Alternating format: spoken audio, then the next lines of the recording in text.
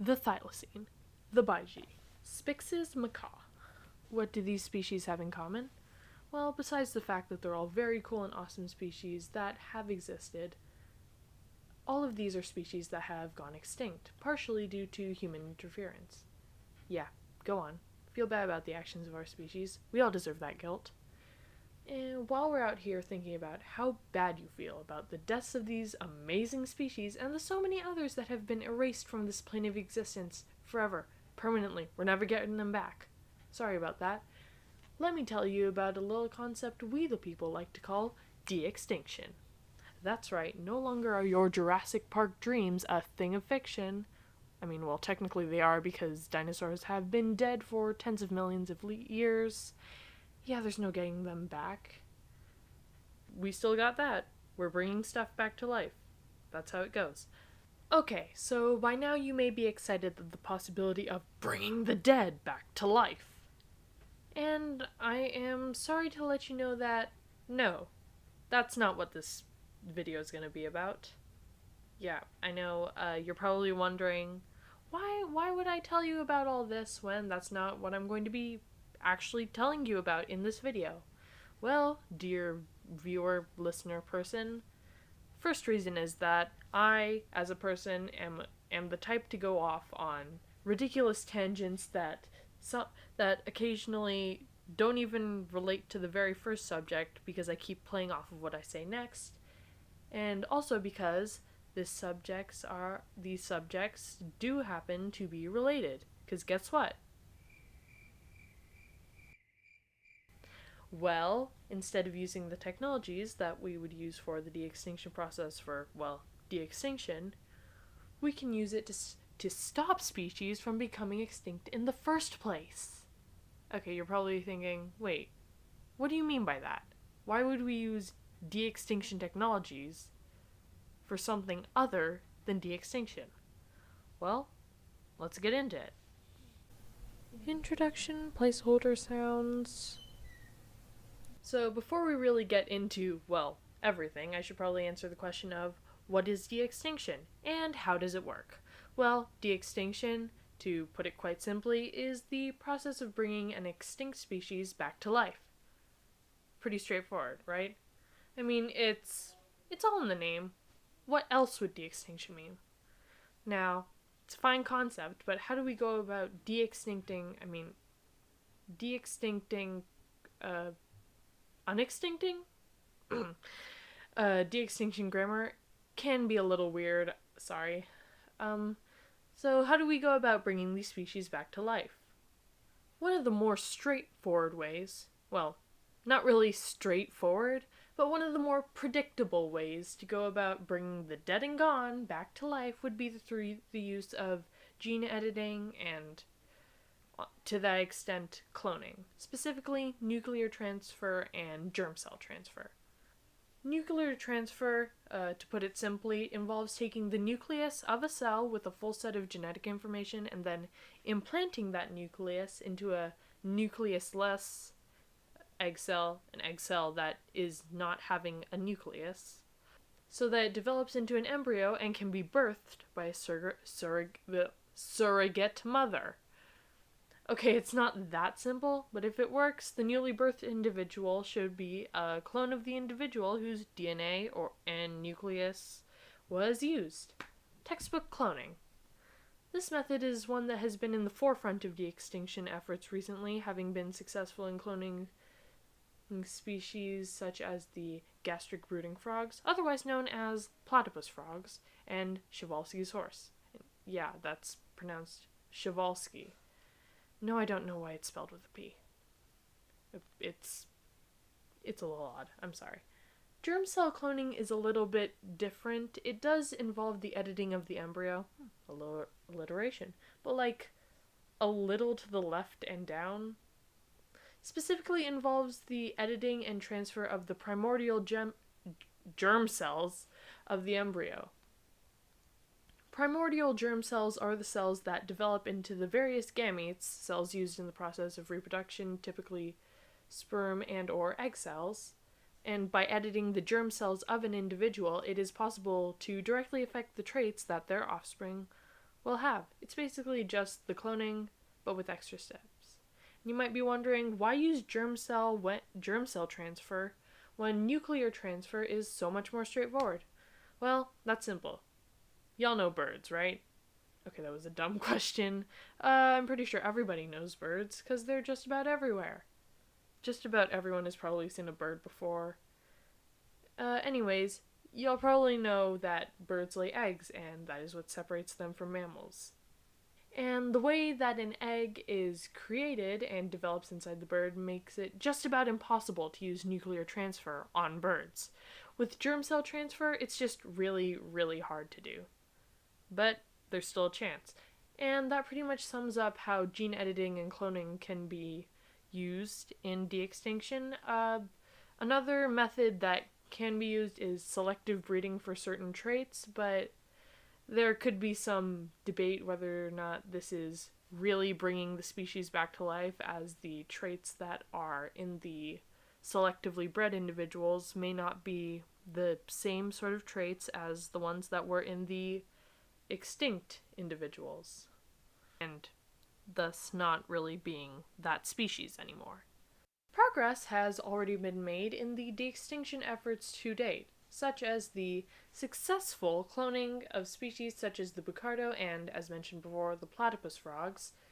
Although successful is a relative term, as while the de-extincted individuals did have the genetic material of their respective species and were technically alive, none survived more than a couple days. Even more recently, a cloned Przewalski's horse, or P-horse as they are sometimes referred to, was born using frozen DNA from the San Diego's Frozen Zoo. More on that later.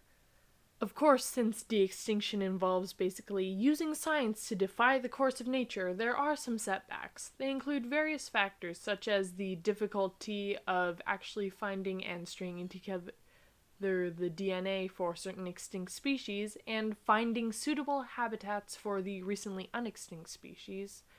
But in the vein of the use of de-extinction for conservation purposes, a more relevant worry has to do with the possible lack of biodiversity that comes with a cloned/genetically engineered population. The genetic diversity of a population can act as a failsafe against certain less than optimal circumstances, such as a disease outbreak. In populations with a high level of genetic diversity, it's more likely that in the case of a disease outbreak, among other things, there's a higher chance for the population's survival. While some more vulnerable species do usually have a lower level of genetic diversity, it's not necessarily an indicator for the population being in danger. Like, it may end up surprising you to know that the primate with the lowest level of genetic diversity is actually humans, and we don't seem to have died out or gotten that close to it. Although, the disease thing, There's also the factor of finding surrogate parents for the individuals created through the use of de-extinction technologies.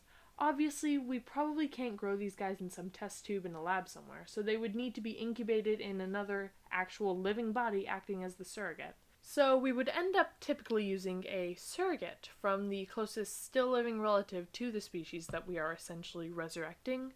But what if it just isn't possible for us to do that? What if even the closest relatives are incompatible with the birthing needs of the species we are bringing back? In order to successfully use de-extinction processes such as the cloning, we need to know how to circumvent these obstacles. Alrighty then, now that we're somewhat familiar with how de-extinction and the processes of that would work, allow me to introduce our featured species. I'm gonna show you guys a clip from a video here. This clip is from a video posted in 2009 by the BBC, British Broadcasting Corporation, which features a quite interesting individual of a bird species native to New Zealand. So, I'm gonna guess that a few of you are going to want a little more context for this, based on what you've seen, as it's not really that good of an introduction by itself. So this clip is a part of a video taken from the BBC series Last Chance to See, which aired in the United Kingdom from September to October in 2009. This clip is from the 5th episode of the series and is posted on the BBC YouTube channel with the title Shagged by a Rare Parrot. Yeah, I know. The episode is titled after the species of bird that is featured here, the kakapo. The kakapo, also known as the owl parrot, is a species of parrot that is native to the islands of New Zealand. A little side note, New Zealand has about 600 islands, which is pretty cool. Currently, the kakapo population consists of about 208 individuals, which has earned them the category of critically endangered on the IUCN Red List, which is probably the opposite of an achievement here, but, you know. So, how would we go about using de-extinction to help the kakapo? Well, first of all, in order to talk about what we can do, we should talk about what has been done. Since the 1950s, the government of New Zealand has made an effort to grow and preserve the population of kakapo that are still here today. Currently, the kakapo population is limited to 4 predator-free islands in the New Zealand archipelago, with the individuals that inhabit the islands being monitored closely. The reproductive practices of the kakapo population are also closely monitored, and I don't want to say manipulated, but they kind of are. With a population that small, inbreeding is a real risk for the kakapo population, especially since the result is typically an unsuccessful hatching. And that, it sucks, as kakapos already mate and reproduce so infrequently. Their mating season is sort of tied to the availability to large amounts of certain types of fruit, which they use to feed their children. So the solution that has been implemented is using artificial insemination to basically make sure that the offspring of any given bird has as little a chance of inbredness as possible. Seriously, they'll even use drones to override matings between individuals who are quote-unquote incompatible. It's a little weird, but all in the name of conservation, right? All of this has led to a growth in kakapo population, even though numbers are still nowhere near high enough to be secure about the survival of the species. So, that's all fine and dandy, but where could we fit de-extinction technology in to help with this? Well, artificial insemination requires those doing the inseminating... Oh, that's not fun to say. Anyways, in order to do that thing, they need to collect the material used for insemination from members of the kakapo population. I mean, without the actual genetic material, how do you make the child? Side note, I'm trying to stay nonchalant about this, but this feels really gross to say, I'm sorry. So, while we're in that vein of discussion, let me bring your attention back to the video clip I just showed you. Well, not just, but recently. Featured in this clip is a kakapo, or owl parrot, named Sirocco. Sirocco is an interesting case among the kakapo, particularly for his preference for the company of humans, especially intimate company. That's gross to say. This particular quirk of Sirocco's makes it particularly hard for those involved with the conservation efforts to collect his genetic material for artificial insemination, and that also kind of sucks because without his traits in the population, there's less diversity. But what if we could use de-extinction technology such as germ cell transfer and all that other stuff to bring Sirocco's genetics into the population without using the typical genetic material that would be collected from him? Using germ cell transfer to create a clone of a bird in question needed for reproduction, or at least one carrying some of their genetic material, would hypothetically allow those traits to be introduced into the population even if the bird is not actively participating in the reproduction process. And that's all fine and dandy, but we could also take it a step further. With germ cell transfer, we could potentially alter and add certain traits to those kakapo offspring to increase the chances of successful reproduction and the survival of offspring. Certain traits could be changed to, say, alter the reproductive cycle so that the mating cycle is less infrequent, or to make sure that most of the offspring actually can make it out of the egg and survive into adulthood. But wait, why would we use something made for bringing extinct animals back to life to keep them alive? Isn't that not what it's meant to be used for? Is something you may be wondering now. Well, before you get your britches in a twist over de-extinction being used in cases pre-extinction, allow me to reintroduce you to the Przewalski horse. These horses are the last technically wild horse species alive today, as their ancestors were never actually domesticated at all.